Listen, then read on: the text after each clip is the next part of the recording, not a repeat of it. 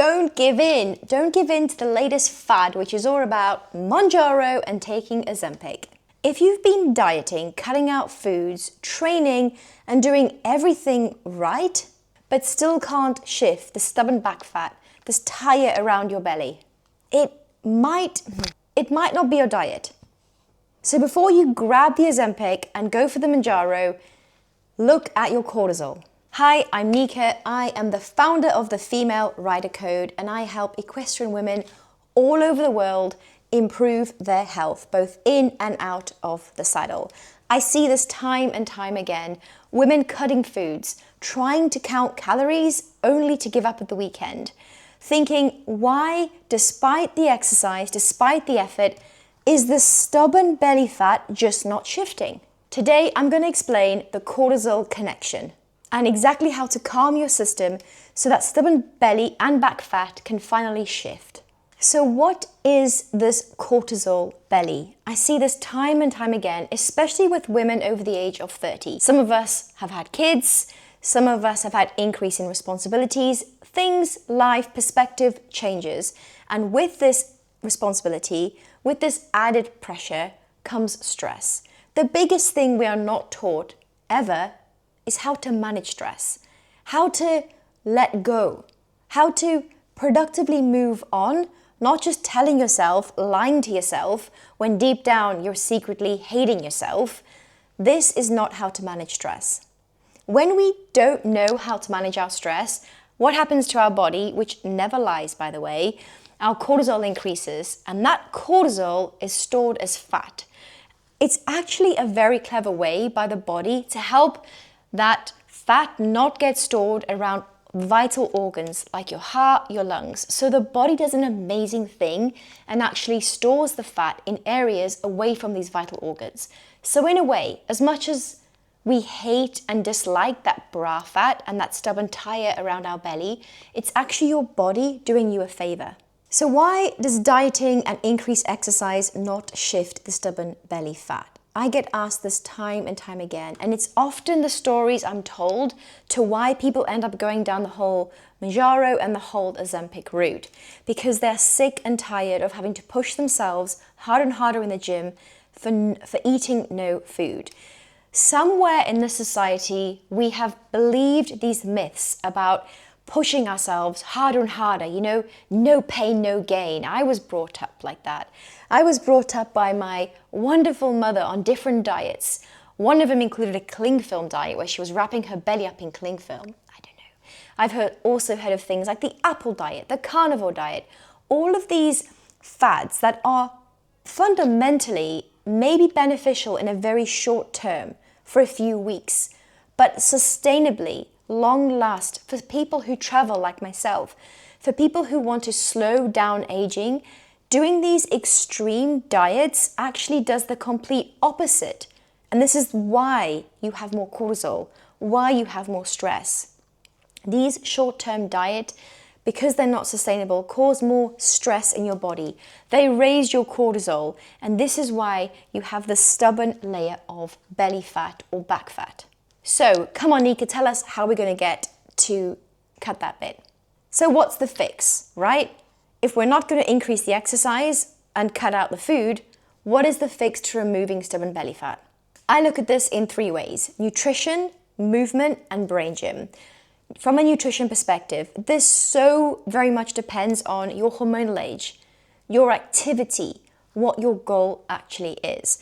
Hormonal age is a massive factor for me because I will not prescribe the same dietary requirements, and by that I just mean nutrition, for someone who has a menstrual cycle to someone who is in perimenopause or to someone who is in postmenopausal years. They all have different degrees of hormonal changes, spiking and fluctuating at different times of the month. So providing the nutrition for those 3 categories of women, there are so many more, but as an example, would actually do detriment. And this is why, if you're someone who's saving a lot of these recipe ideas and quick fixes on Instagram, Facebook, TikTok, whatever it is, this is only adding noise and confusion to your body because it is not personalized to you. Once you have a clear understanding of where you are on the hormonal age, and if you're thinking, Nika, how do I do that? A simple practical tool is just to start monitoring your symptoms, especially if you're in that perimenopausal phase and you're like, my cycles aren't consistent, they're not on a routine, but I do notice that I might be a bit moody some days.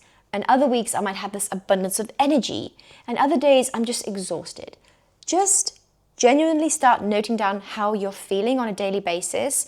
I promise you, after about 3 months, you'll have so much data and you can put these into ChatGPT and you can straight away find fluctuations and patterns within your moods that will then, if you're working with a coach, like someone like myself, can help you with specific food groups in your busy lifestyle that will help manage your symptoms. And this is the key thing, is understanding where you personally are today. That's the nutrition side of things. From a movement side of things, women over the age of 30 have significant more changes in their hormones compared to women who still have a regular menstrual cycle and are in their teens and 20s. So the biggest myth that I want to bust is pushing yourself harder in the gym. I have genuinely lost more weight and felt healthy within myself when I've stopped going to the gym for periods of my menstrual cycle. Why? Because of the fluctuations of my hormones, and those hormones that actually give my body some energy, that help me with recovery, that help me with PBs, are just not there during certain times of the month. So when I don't train and push myself as hard during those times, guess what happens? My body manages to maintain a better balance of homeostasis, and as I've just said, cortisol is lowered or it is managed, which means I don't store fat. I went through a period, and again, I've worked with clients one-to-one doing this, where they go into the gym 4 or 5 days a week. They're doing running, thinking, why I can't do any more exercise and the stubborn belly fat won't go. When we've removed those high stress, high cortisol triggering activities, they've lost weight. Their bellies are becoming so much toned, so much tighter. And this is even after having children, by the way. And they're like, why is this happening? It's because we are managing and reducing stress on the body. Another big factor when it comes to your cortisol and your stress is sleep. If you're not having enough sleep on a daily basis, you are 30% more likely to gain weight because you're increase in cortisol. This is what science is saying. And the third thing, so it's nutrition, movement, and brain gym. Brain gym for me is all about your nervous system. Your nervous system, my nervous system, our animal's nervous system on a daily basis is responding to the external stresses and what that effect is having on our internal triggers as well. When we recognize this and think, you know what, I feel a bit anxious today, and instead of numbing ourselves, eating more food, pushing ourselves in the gym, we take a step back. And side note, I can teach you all of this, not only in my free school group called the Female Rider Code, but I also have a limited amount of spots every 6 months where I can coach you one-to-one with a personalized plan. If you're interested in this, drop a comment below or visit the Female Rider Code and connect with me in there. When you know how to regulate your nervous system through simple practices, this can have a genuine positive effect on your cortisol levels, which means you can actually lose fat quicker. Most people don't teach you this. They just teach you calories and exercise.